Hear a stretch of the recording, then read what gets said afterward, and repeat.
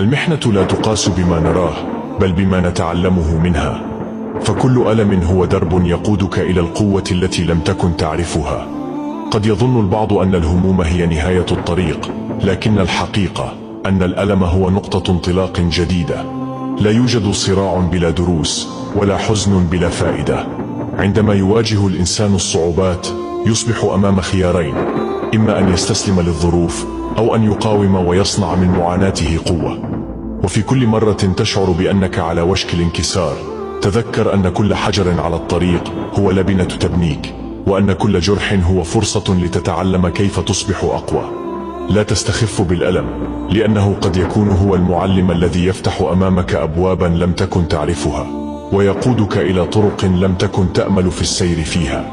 في النهاية، المحنة ليست إلا فرصة لإعادة اكتشاف نفسك، واكتشاف قوتك الداخلية التي تتولد من التحديات، وستجد نفسك في نهاية الطريق أقوى وأكثر صلابة من أي وقت مضى.